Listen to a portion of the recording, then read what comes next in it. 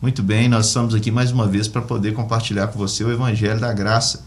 Temos falado sobre as parábolas do Senhor Jesus, sempre na perspectiva da graça de Deus revelada a nós no Evangelho.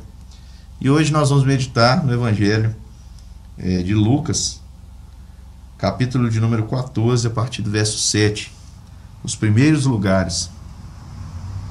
Reparando como os convidados escolhiam os primeiros lugares, propôs-lhe uma parábola.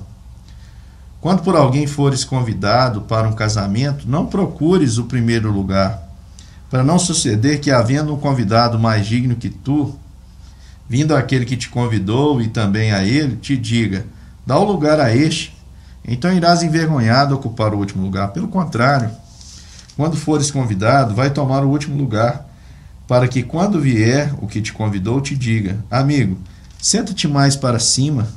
Ser-te-á isso uma honra diante de todos os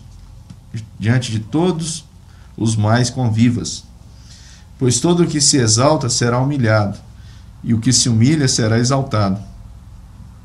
Disse também ao que havia convidado: quando deres um jantar ou uma ceia, não convides os teus amigos, nem teus irmãos, nem teus parentes, nem vizinhos ricos, para não suceder que eles, por sua vez, te convidem e sejas recompensado. Antes, ao dares um banquete, convide os pobres, os aleijados, os coxos e os cegos, e serás bem-aventurado pelo fato de não terem eles com que recompensar-te. A tua recompensa, porém, tu a receberás na ressurreição dos justos.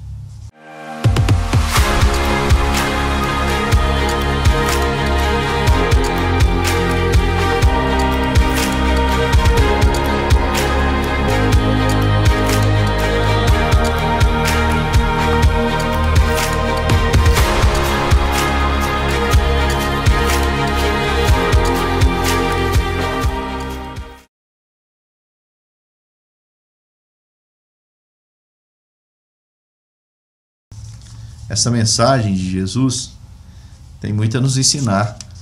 Num tempo em que vivemos,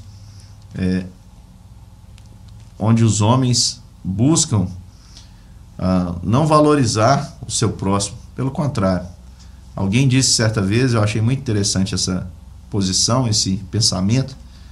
Alguém me disse certa vez o seguinte: nós não valorizamos as pessoas, nós as rotulamos de acordo com o nosso interesse. E é verdade, a gente vive em um momento em que os homens, de maneira clara, usam uns aos outros como objetos. E aqui Jesus tem, ao meu ver, dois conselhos, dois ensinamentos importantes para trazer sobre essa parábola. O primeiro é relacionado à percepção do homem sobre si mesmo. Como é que nós devemos nos enxergar? Existem pessoas que têm uma opinião extremamente distorcida a respeito de si mesmo. A Bíblia, ela não, hora nenhuma, ela dá motivo para que o homem viva o vitimismo, se desvalorize. No entanto, a Bíblia nos chama a termos uma opinião comedida a respeito de nós mesmos, sermos moderados. A Bíblia nos incentiva a trilhar o caminho da humildade, sempre enxergar o nosso próximo, ainda que a gente enxergue que temos valor. Nós somos objetos do amor de Deus, nós temos um valor precioso para o Senhor, Ele nos resgatou por um preço altíssimo.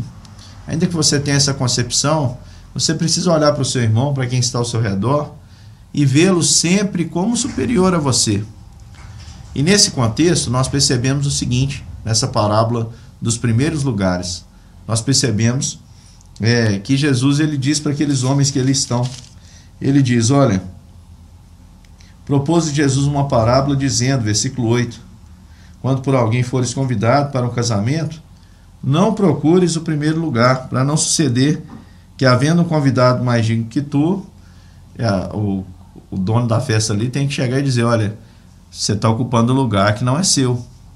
Pelo contrário, Jesus diz para ocupar os últimos lugares, porque se acontecer o contrário na festa, o convidado, aquele que te convidou, disser, olha, venha para cá, amigo, isso será honra para você. Portanto, você tem que ter essa opinião clara. Quem é humilde não passa vergonha. Agora, aquele que se exalta, a Bíblia diz que esse será humilhado. Os humildes serão exaltados, e os exaltados, aqueles que se valorizam demais, esses acabarão passando por constrangimento. A humildade, segundo o apóstolo Pedro, ela é o centro da vida cristã. O apóstolo Pedro, ele diz em sua carta o seguinte: cingi-vos todos de humildade, porque Deus resiste aos soberbos, contudo aos humildes concede a sua graça. O que é um soberbo? É alguém que confia em si mesmo. E o que é humilde? É aquele que confia totalmente em Deus. Por que Pedro usa essa expressão que nós devemos nos cingir com a humildade? Se um homem não se cingisse naquele período, ele não conseguiria caminhar, devido à vestimenta da época. Era uma túnica e ela necessitava deste aparato. Era um pedaço de pano, um pedaço de couro, um cinto, que que prendia essa peça de maneira que possibilitava a locomoção das pessoas, do indivíduo. Agora, sem humildade é impossível crescermos na vida cristã. Quando eu dependo de Deus, é aí que eu sou forte. Quando eu admito que eu sou fraco e que eu não sou ninguém sem o Senhor, é aí que eu sou forte. O apóstolo Paulo diz que o poder, ele é aperfeiçoado na nossa fraqueza. E Jesus ainda diz que também, ele colocou duas situações. Primeiro, você no lugar de convidado. Agora ele coloca você como, para pensar também, como aquele que convida. E Jesus diz, olha, quando você for fazer um banquete, e eu quero dizer para os irmãos que a mensagem de Jesus aqui é algo espiritual, é uma parábola com uma verdade por trás dessa parábola. O que Jesus está dizendo é que não é que você não possa fazer uma festa e convidar os seus amigos, né, pessoas que lhe servem, pessoas que lhe retribuem. Não é isso que Jesus está dizendo. Mas o que Jesus está dizendo aqui, a verdade contida nessa história, é de que você não deve tratar as pessoas com segundo interesse. Você não deve ter o desejo de se aproximar e de se relacionar com o ser humano esperando troca, esperando obter dele algo. E é por isso que ele diz, olha, também ao que havia convidado, ele diz, quando deres um jantar ou uma ceia, não convide os seus amigos, nem os seus irmãos, nem os seus parentes, nem os vizinhos, para não suceder que eles, por sua vez, te convidem e sejam mais recompensados. Jesus está dizendo, olha, primeiro ele disse, não tenha uma opinião elevada demais a seu respeito, para que você não passe vergonha. Ao mesmo tempo, não seja alguém que trata o ser humano com segundas intenções, com interesse. Aquela pessoa que você se aproxima, mas já esperando retribuição. Sabe por quê? Isso vai te decepcionar muito. E, ao mesmo tempo, quando você faz o bem esperando troca, esse bem, na verdade, não é um bem legítimo. Porque o amor, segundo Cristo, é aquele amor que ele nos ordenou. Ele diz, eu quero que vocês amem uns aos outros, assim como eu vos amei. E como é que nós devemos amar? O amor de Cristo não esperava troca. O que nós daríamos em troca por tão grande amor? E assim a gente deve amar o nosso próximo. Amar quem está ao nosso redor. Olhar para essas pessoas que não tem como pagar, muitas vezes. Você olha para alguém extremamente simples, extremamente necessitado, ou alguém extremamente marginalizado. Jesus aqui dá vários exemplos.